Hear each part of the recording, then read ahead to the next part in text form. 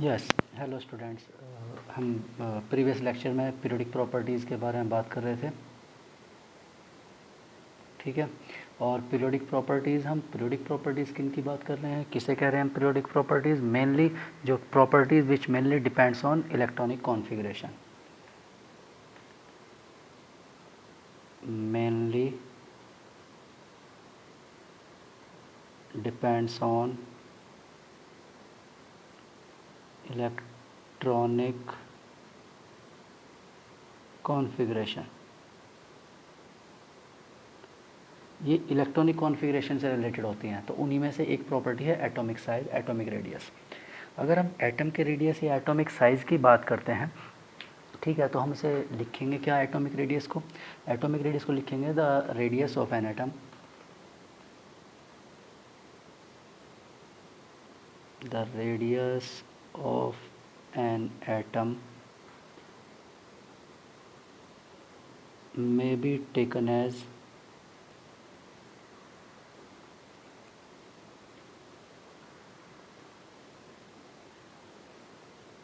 the distance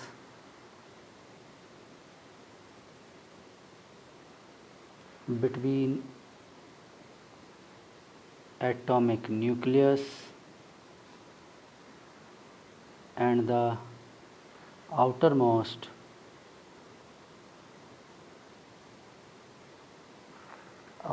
shell या orbital containing electrons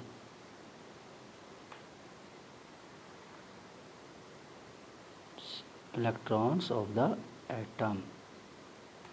ठीक है, ये होगा। तो रेडियस हम कैसे डिफाइन करेंगे? उसे डिस्टेंस न्यूक्लियस से, ऑब्वियसली न्यूक्लियस से आउटर मोस्ट इलेक्ट्रॉन तक का जो भी डिस्टेंस होगा वो क्या किया जाएगा, उसे डिफाइन करेंगे। ठीक है। लेकिन प्रॉब्लम क्या है एटम के अंदर? एटम में प्रॉब्लम ये है कि अगर हम साई स्क्वायर की बात करें, but the electron finding probability is up to infinite. ठीक है। अनसर्टेनिटी प्रिंसिपल है हाइजेनबर्ग का कि आप position of moving electron can not be accurately determined. आप उसे एक्यूरेटली डिटरमाइन नहीं कर सकते, या तो आप उसे उसके बेस पर कह सकते हैं, या इलेक्ट्रॉन फाइंडिंग प्रोबेबिलिटी, ठीक, क्या होती है? Around the nucleus electron finding probability is up to the nucleus. ठीक। But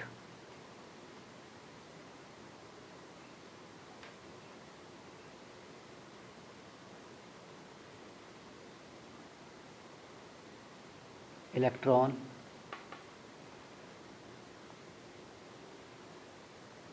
finding probability but electron finding probability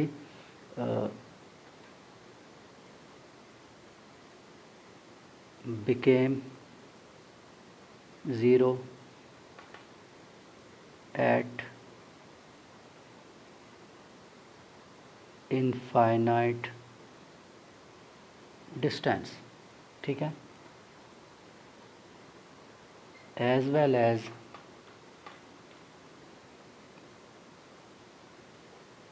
according to Heisenberg's uncertainty principle, the position of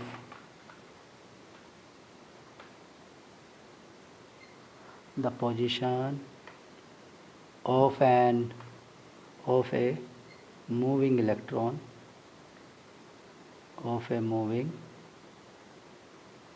electron cannot be accurately measured or determined, accurately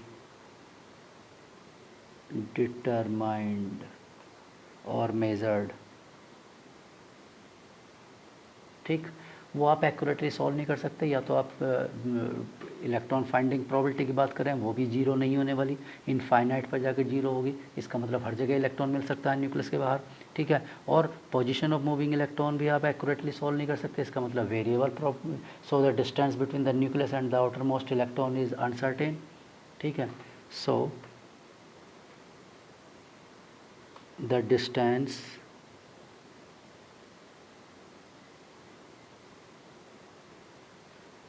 between the nucleus and outermost electron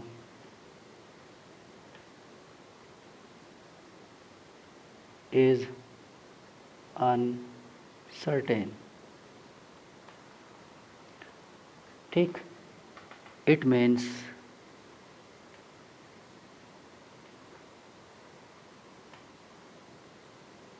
atomic radius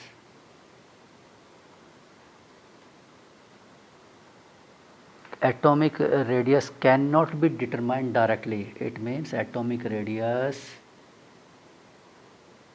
cannot be determined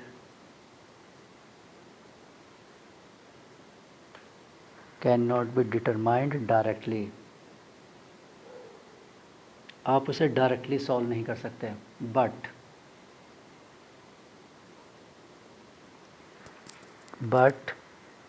can be measured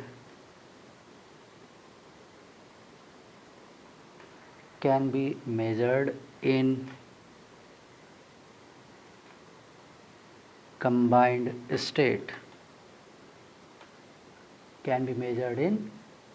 state, with the help of spectroscopy,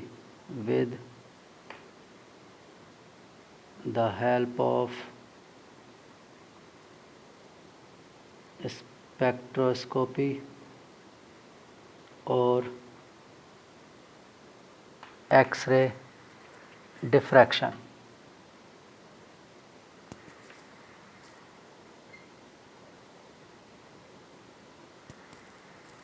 ठीक।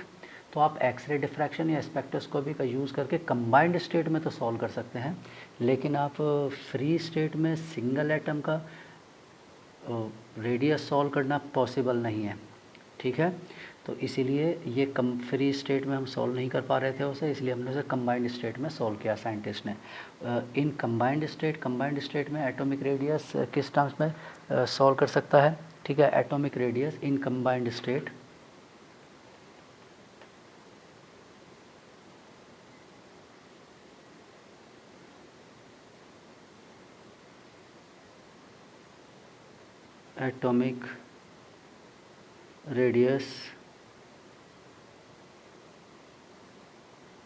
can be measured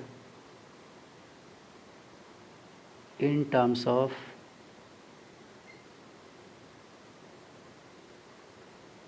covalent radius,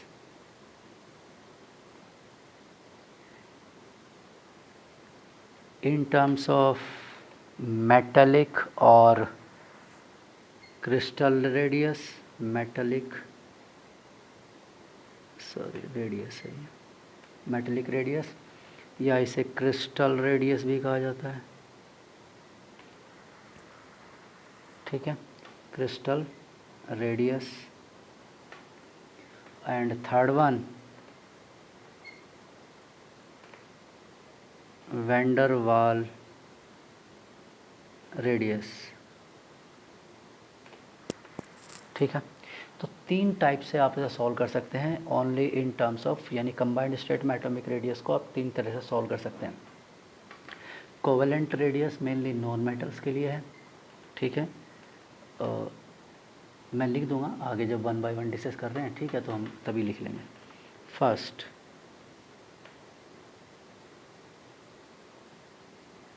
covalent radius, ठीक, किसके लिए use करते हैं, mainly for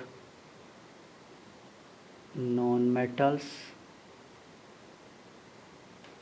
ठीक है, mainly for non metals, या bracket में लिखेंगे only for those atoms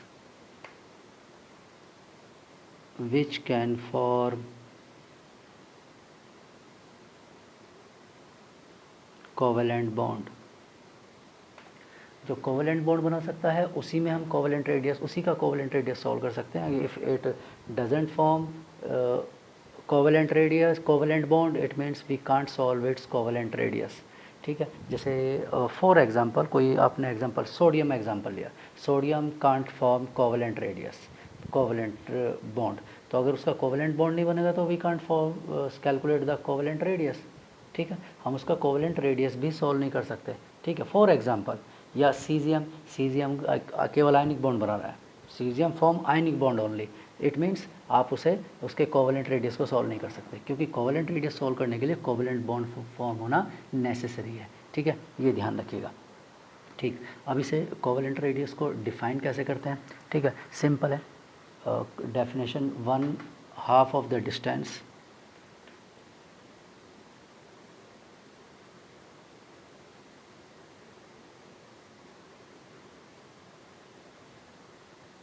1/2 of the distance between the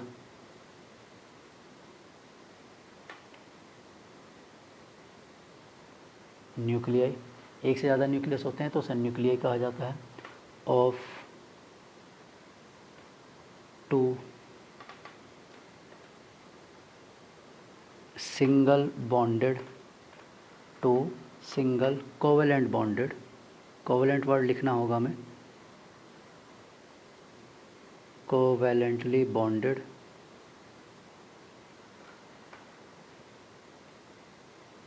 atoms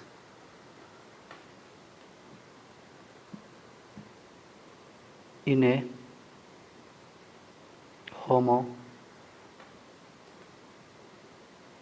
diatomic molecule, molecule is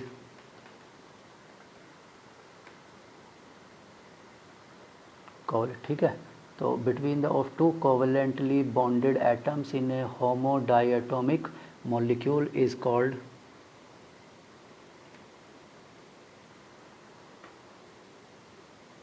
the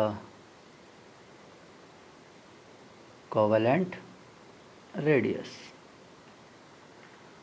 ठीक,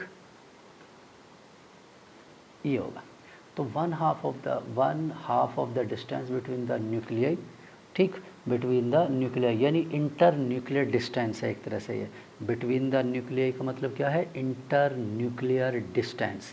ठीक है, तो of two single bonded, single क्योंकि डबल बॉन्ड होने से बॉन्ड लेंथ में इफेक्ट हो जाता है, वो भी हम एग्जांपल में लिख लेंगे। Single covalently bonded, covalent bond भी होना चाहिए और होमो डायटोमिक होना चाहिए। होमो का मतलब है एक जैसे एटम्स हो। ठीक है, हेट्रो की बात नहीं कर रहे हैं हम, होमो की बात कर रहे हैं, होमो डायटोमिक होना चाहिए। ठीक है, और कोवेलेंट बॉन्ड मस्ट भी सिंगल बॉन्डेड, वो हमने लिख ही लिया है, वो तो डेफिनेशन में ही आ गया। ठीक, तो मान लेते हैं जैसे हमने लिया H2, ठीक है, Cl2, ये एग्जांपल्स हैं, Br2, ठीक है, सिंगल बॉन्डेड होना चाहिए, नॉट O2, O2 में डबल बॉन्ड है, सिंगल बॉन्डेड। ठीक है, तो इस तरह से F2, ठीक, ये तो ये यहाँ पर ऐसे सिंगल बॉन्डेड है। ठीक है, इनमें आप सॉल्व करेंगे the covalent radius of atom A in molecule 4। ठीक है, तो इनके लिए हम एग्जांपल लिख लिया हमने, और हम जैसे एक कॉमन एग्जांपल लिख देते हैं, the covalent radius RA of atom A in A2 molecule, in a molecule A2, ठीक, may be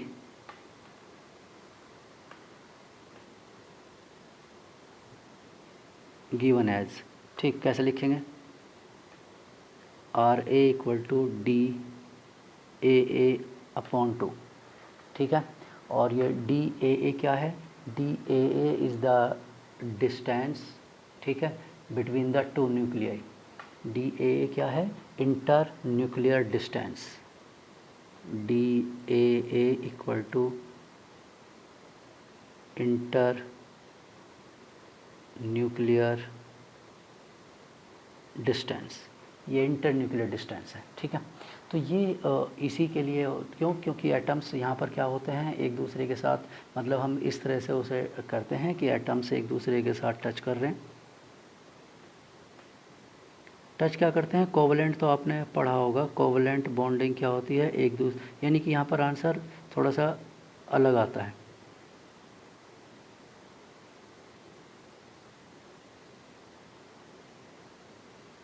ये ओवरलैप्ड होते हैं, ठीक है। ये सेंटर से लेकर यहाँ सेंटर तक का डिस्टेंस, ठीक है, और इसका क्या करेंगे? हाफ करेंगे, ठीक है। ये तो है प्रैक्टिकल, ठीक है। एक्सपेरिमेंटल में क्योंकि ये एटम्स एक दूसरे को ओवरलैप करते हैं, ठीक है, orbitals overlap with each other, और इसीलिए कोवेलेंट रेडियस की जो वैल्यू आती है 20% शॉर्टर आती है due to the overlapping of atomic orbital, ठीक है। एटम का एक्चुअल ये है प्रैक्टिकल, ठीक है, एक्सपेरिमेंटल।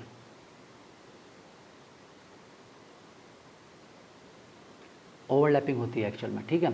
तो और हम क्या एज्यूम करते हैं? हम तो सिर्फ इसे बाउंड्रीज़ को एज्यूम करते हैं। Boundaries are in contact with each other, boundaries are in contact with each other, बस कि बाउंड्री टच कर रही हैं एक दूसरे को, ठीक है, और यहाँ से यहाँ ये डिस्टेंस और इसका हाफ, ये हम ऐसे हम डिफ़ाइन करते हैं। यह है थियोरेटिकल।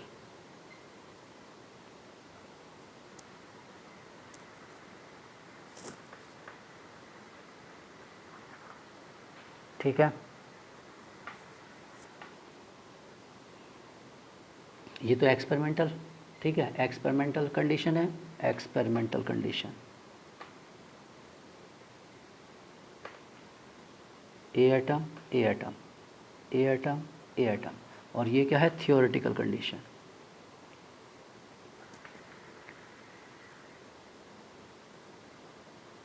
थियोरेटिकल कंडीशन, ठीक है। तो एक्सपेरिमेंटल कंडीशन क्या होती हैं? थियोरेटिकल कंडीशन से स्लाइटली लेस होती हैं, ठीक। थियोरेटिकल मतलब ये जो रेडियस होगा RA experimental less than radius of theoretical, तो थियोरेटिकल से छोटा होता है, ठीक है। लेकिन हमें एक्सपेरिमेंटल नहीं करना होता, हमें तो सिर्फ क्या करना होता है? थियोरेटिकली ही डिफ़ाइन करना होता है। तो थियोरेटिकली ही हम उसे डिफ़ाइन कर लेते हैं और इसी के अकॉर्डिंग हम सॉल्व कर लेते हैं थियोरेटिकल। तो हम बाउंड्रीज़ को बस टच मानते हैं, जबकि एक्चुअल में वो ओवरलैप्ड होती हैं, ठीक। ये है क्या? कोवेलेंट रेडियस, ठीक। ये तो था होमोन्यूक्लियर के केस में, इन केस ऑफ होमोन्यूक्लियर। और अगर कभी in case of हेटेरोन्यूक्लियर,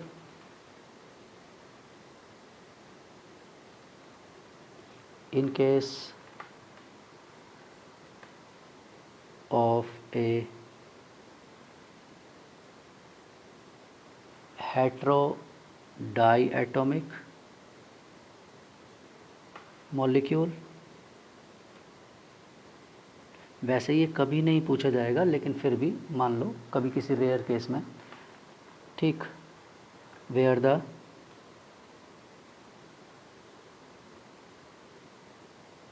electronegativity of atoms A and B are different, ठीक, the experimental value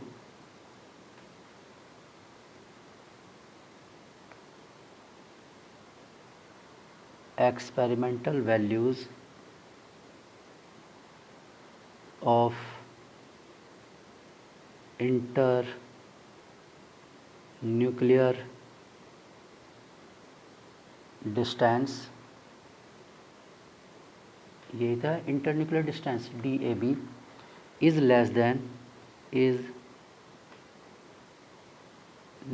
जैसे यहाँ पर लिखा हमने कि लेस होता है experimental value than theoretical, is less than the theoretical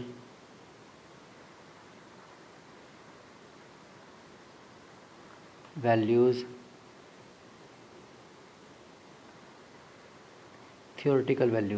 are a radius of A plus radius of B, ठीक है, and it was given by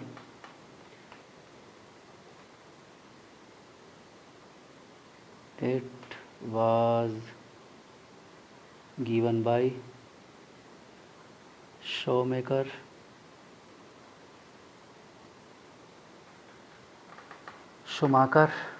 and Stevenson, ठीक है। शूमाकर और स्टीवेंसन ने इसे इस फॉर्मूले को ड्राइव किया। क्या फॉर्मूला था? DAB internuclear distance equal to RA plus RB। ये तो है थियोरेटिकल वैल्यू और ये है हमारा क्या है, एक्चुअल वैल्यू, ठीक है। इसमें ये अभी लिखा है कि उससे थोड़ा लेस होगा, तो इसमें से एक माइनस करते हैं 9, ठीक, 9 इंटू मोड होता है डेल्टा एक्स, ठीक है, एक्स तो नहीं होता है, काई होता है वैसे तो, ठीक है। और ये मैं लिख दूंगा वेयर डेल्टा एक्स क्या है, ठीक है, ये मोड है, ठीक। और वेयर काई होता है, एक तरह से एक्स ही लिखा जाता है, ठीक, is the difference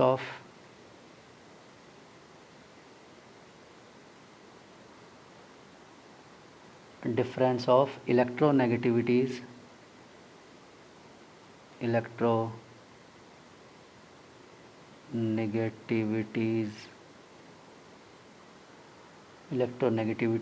of the atoms A and B, यानी इन दोनों का डिफरेंस होगा। डिफरेंस मोड के साथ मतलब मीन्स आपको इसकी न्यूमेरिकल वैल्यू क्या करनी है, पॉजिटिव ही लिखना है, कभी नेगेटिव नहीं आएगा, ठीक है, पॉजिटिव ही आंसर आएगा, मोड का मीनिंग है। और RA RB या ये सब डेटा किस यूनिट में है, तो ये पिकोमीटर में है, ठीक है, in picometer, radius all the units in picometer, यानी कि डिस्टेंस का जो यूनिट है, जो भी बॉन्ड रेडियस, बॉन्ड लेंथ जो भी होगा वो किसका, मैं पिकोमीटर यूनिट में है, पिकोमीटर में, ठीक है। एंगस्ट्रॉम में लेंगे तो अलग डेटा होता है, ये पिकोमीटर का है, वैल्यूज़ इन पिकोमीटर। 9 एक न्यूमेरिकल वैल्यू है, ये कांस्टेंट है, ठीक है, ये न्यूमेरिकल वैल्यू, तो ये लेकिन इसका यूज़ नहीं होगा, कभी किसी रेयर केस में अगर कोई क्वेश्चन है तो ठीक है यूज़ कर लीजिए। इलेक्ट्रोनेगेटिविटी गिवन होगी, इलेक्ट्रोनेगेटिविटी वैसे हम पढ़ लेंगे आगे, ठीक है, अभी हम रीड करेंगे, ठीक है, तो हम उसे स्टडी कर लेंगे। लेकिन जनरल केसेस में ऐसा क्वेश्चन नहीं आता है हेटेरोन्यूक्लियर का, ठीक, जनरल केसेस में नहीं आता है। हम ये नहीं कह रहे हैं कि कभी नहीं आएगा, आ सकता है, लेकिन जनरल केसेस में नहीं आता है, ठीक है। चलिए, ये तो था कोवेलेंट रेडियस। अब हम बात करते हैं, और ये जनरली मैंने आपको बता दिया नॉन मेटल्स में होता है, ठीक, और इस पर क्या ट्रेंड होगा इनका पीरियड में, ग्रुप में, वो अभी हम डिस्कस करेंगे। सेकंड हम बात कर रहे हैं, सेकंड क्या है,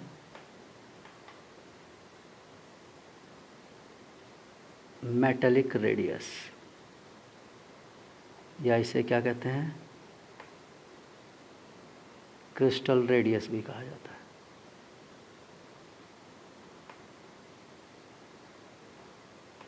ऑब्वियसली जब इसका नाम लिखा हुआ है मेटेलिक, ठीक है, तो क्या होगा ये,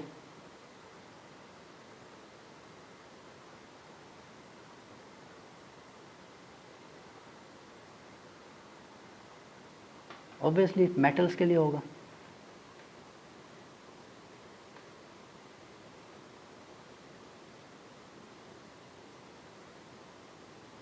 mainly for metals,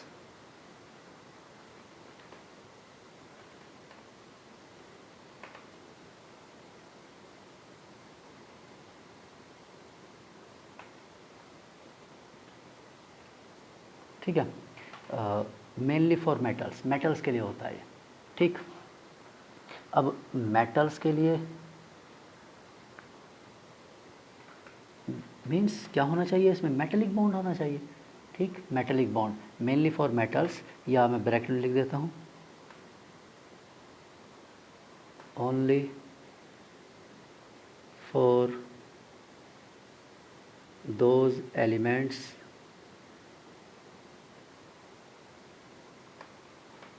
or atoms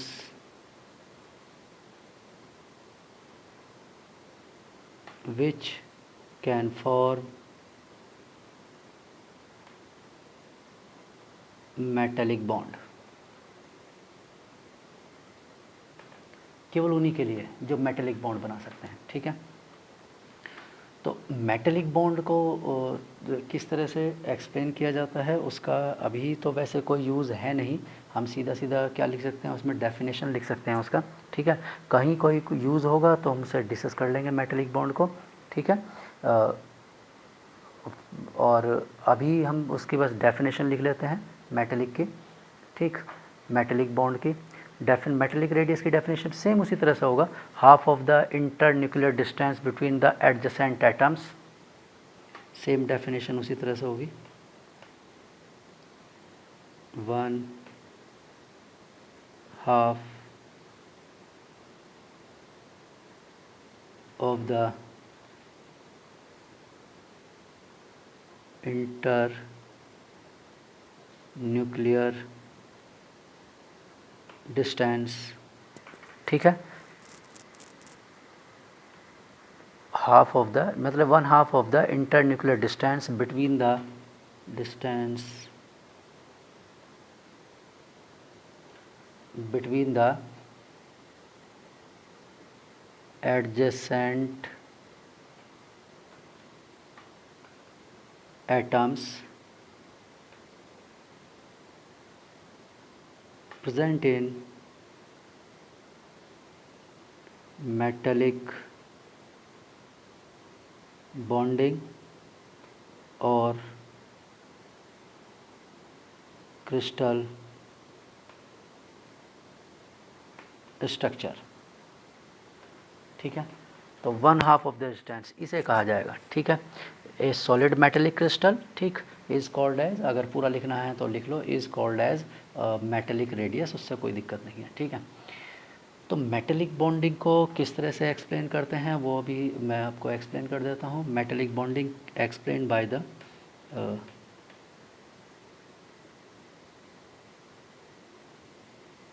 best theory to explain the metallic bonding is electron sea model. ठीक है, इलेक्ट्रॉन सी मॉडल है इसमें। According to this model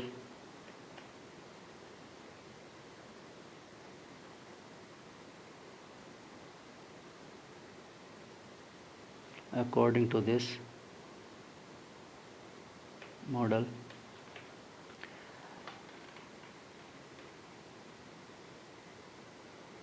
metal atoms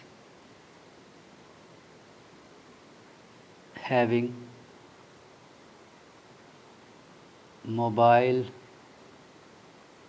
electrons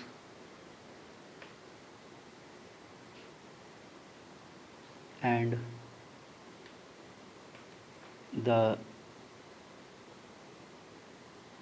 central part of the atom is known as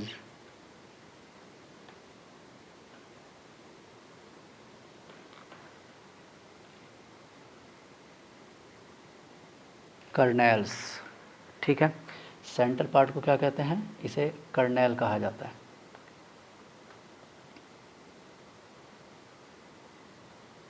clear, और and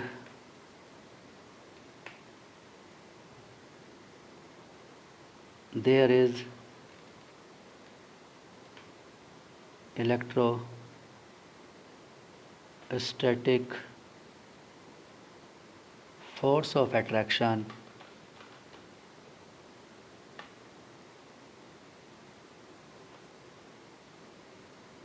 between the kernels and the mobile electrons। ठीक है,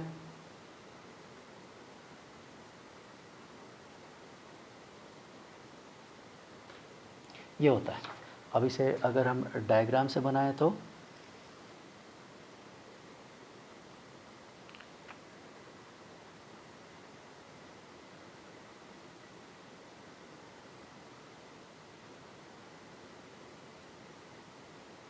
ठीक, चलिए diagram समझ लेते हैं इसका। मेटलिक बॉन्डिंग की अगर बात करते हैं तो ये पॉजिटिव पार्ट और ये मोबाइल इलेक्ट्रॉन्स, ठीक है। ऐसे ही another positive part and mobile electrons, ठीक। next another positive part and mobile electrons,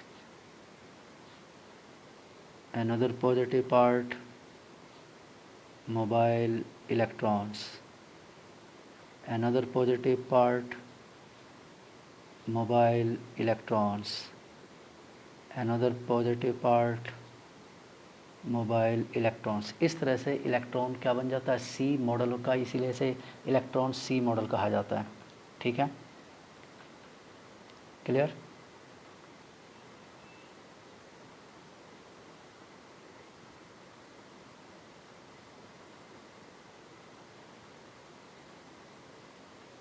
ठीक, और इनके बीच का जो डिस्टेंस होगा, ठीक है, कर्नेल्स सी ऑफ इलेक्ट्रॉन होता है, मोबाइल इलेक्ट्रॉन्स होते हैं, वही भी जो मैंने आपको बताया। ठीक है, और इसमें वैलेंस इलेक्ट्रॉन्स लूजली बॉन्डेड होते हैं, इजीली क्या हो जाते हैं, वो मूव कर जाते हैं एक प्लेस, मतलब इजीली रिवॉल्व करते हैं कहीं भी। ठीक है, और कैटायन पॉजिटिव चार्ज जो होता है उसमें कैटायन पार्ट, कैटायनिक पार्ट भी कह सकते हैं इसे, कर्नेल भी कह सकते हैं आप इसे। और दो नियरेस्ट जो भी होंगे इनमें से, ठीक है, जैसे दो नियरेस्ट कौन से दिख रहे हैं, मान लो ये दोनों नियरेस्ट दिख रहे हैं, तो नियरेस्ट के बीच का, ठीक, जो डिस्टेंस होगा उसको क्या करेंगे हम, हाफ़ करेंगे। ठीक है, इनके बीच के डिस्टेंस को इस तरह से, और हम क्या करेंगे, इसे हाफ़ करेंगे इस तरह से, ये हाफ़ करेंगे तो ये क्या आएगा, मेटेलिक रेडियस आएगा। ठीक है, ये होता है मेटेलिक रेडियस, और ये थोड़ा सा लार्ज डिस्टेंस होता है, it is more than that the covalent, तो कोवलेंट रेडियस छोटा होता है, metallic radius is more larger than that of metallic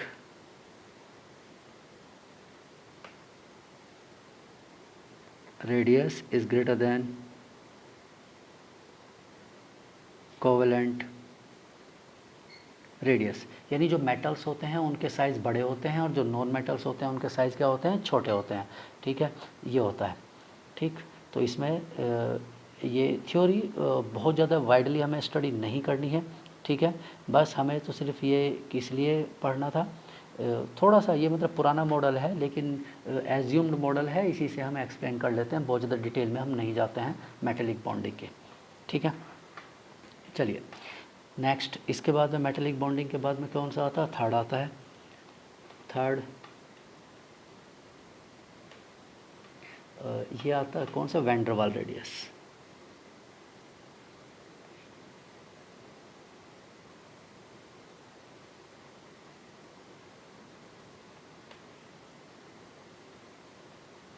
van der वाल रेडियस, वैन डर वाल रेडियस किसके लिए डिफाइन है, वैन डर वाल डिफाइन है ये नोबल गैसेस के लिए,